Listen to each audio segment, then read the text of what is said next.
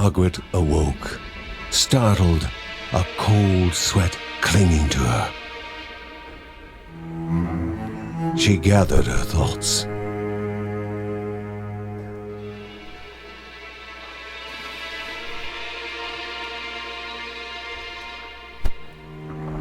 Aged wood creaked, echoing through the quiet rooms.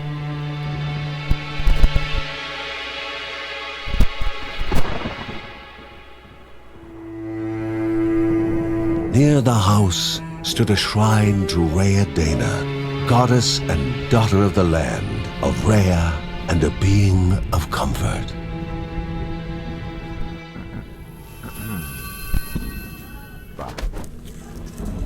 Margaret sought answers. But the goddess did not speak. There was only the faint whisper of something dark, something hungry.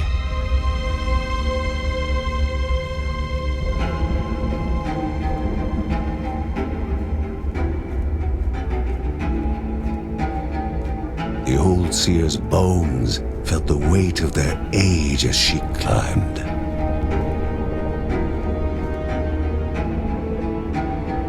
The only thought on her mind, has it begun again?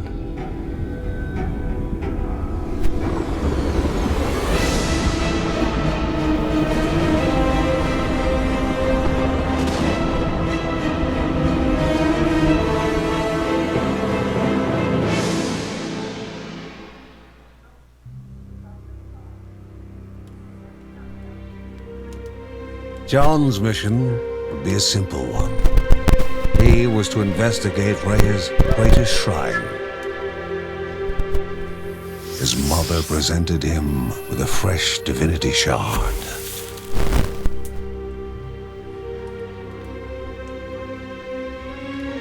From his brother came a newly sharpened sword.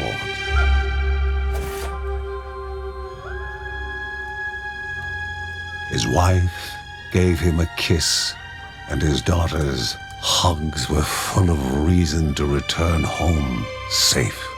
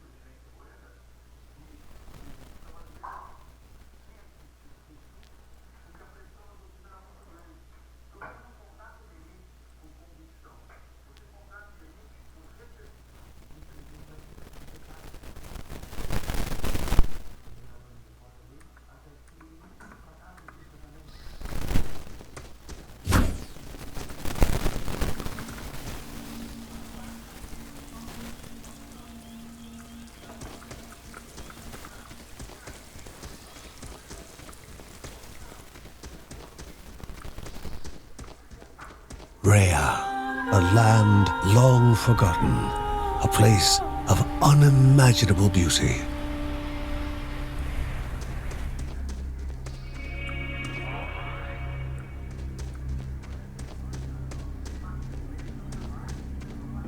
It first appeared as sludge given life, slithering creatures, small and vile.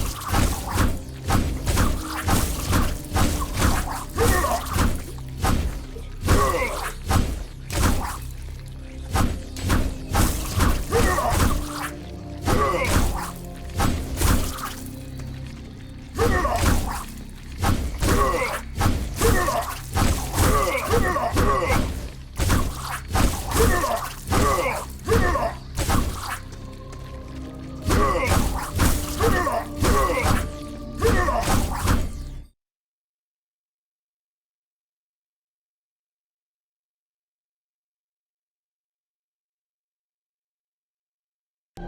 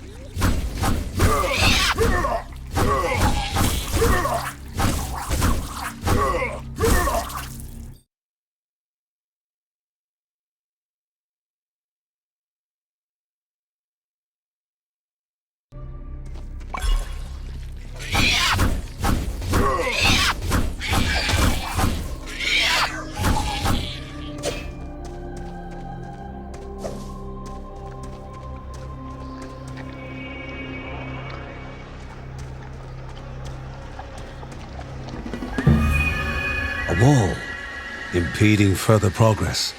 A battle was certain.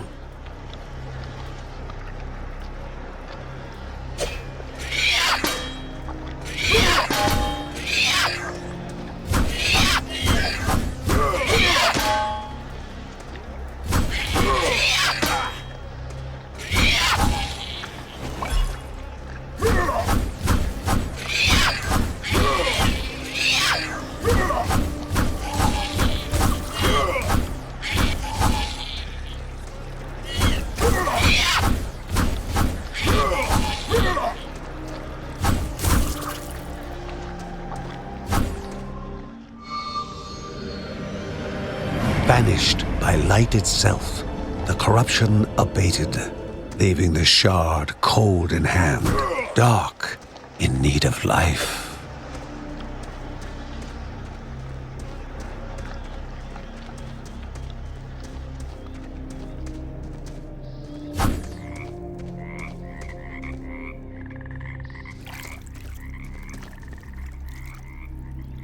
The shard grew warm, humming softly from the harnessed energy.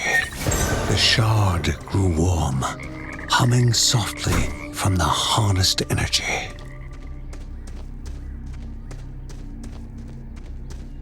Before him was now one more dangerous than those that came before.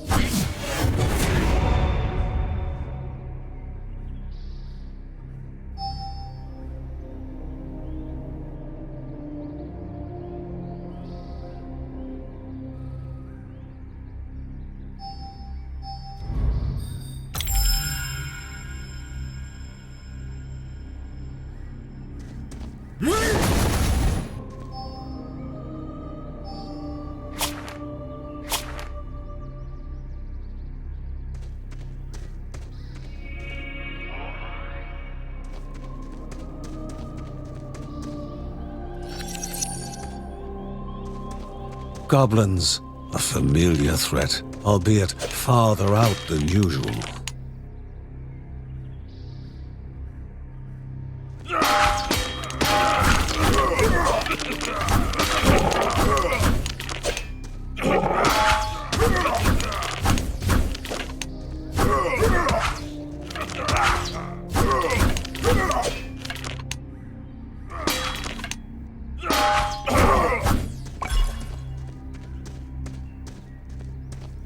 Magnificent, but dangerous, a land of love found and of love lost.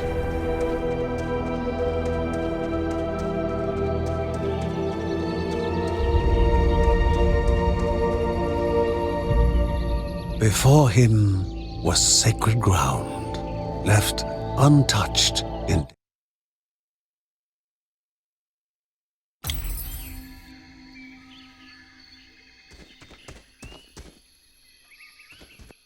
remaining calm and collected, the shock of his heart-skipping beats was concealed in expert fashion. Before him stood Linda, his eldest daughter, with bow and quiver at the ready. determined to do her part.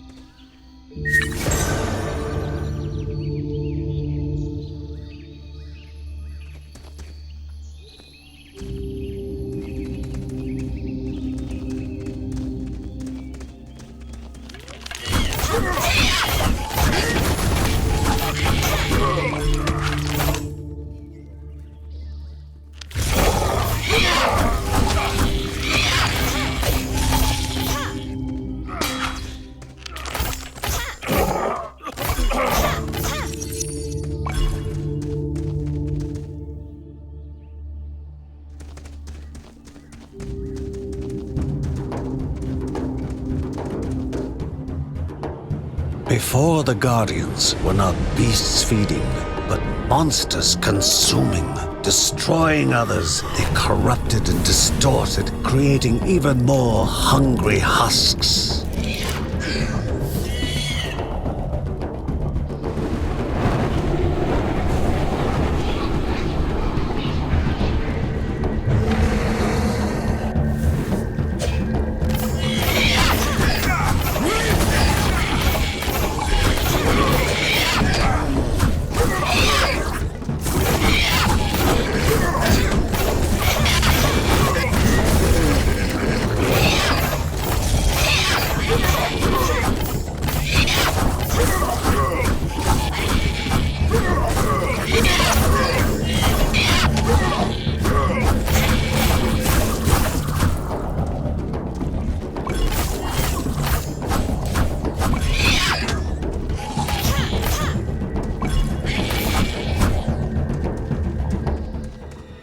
Both father and daughter gathered their thoughts, their hearts heavier than before. How would they explain what they had witnessed?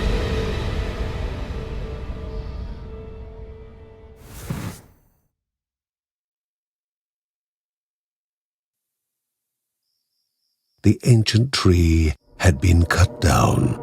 Together, father and daughter described the horror, the creatures dripping with decay that slithered into bodies stuck between life and death to bolster their ranks. Grandma Margaret confirmed what they all feared.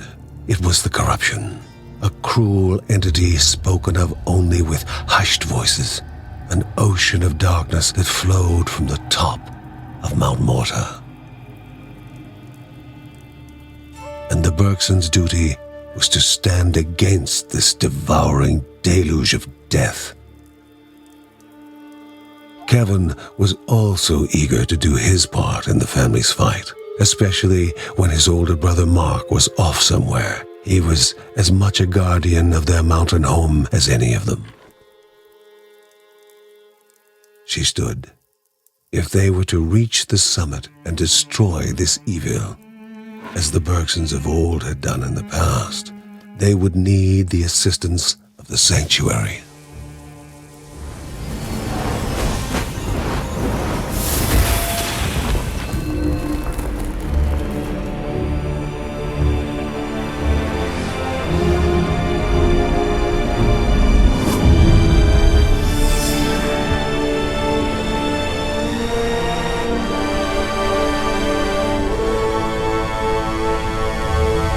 Given to the Bergsons by Rhea herself, the sanctuary was a gateway to the mysterious lands around the mountain. Margaret pointed to the huge crystal at the center of the den, revealing their next task: to activate it and open the way to the source of the corruption.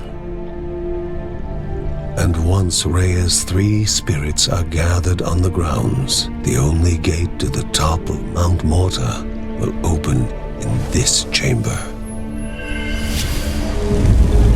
By himself, or with the assistance of those who loved him, John needed to gather the 3 spirits from their lands. Without them, he would not be able to stem the flow of the corruption.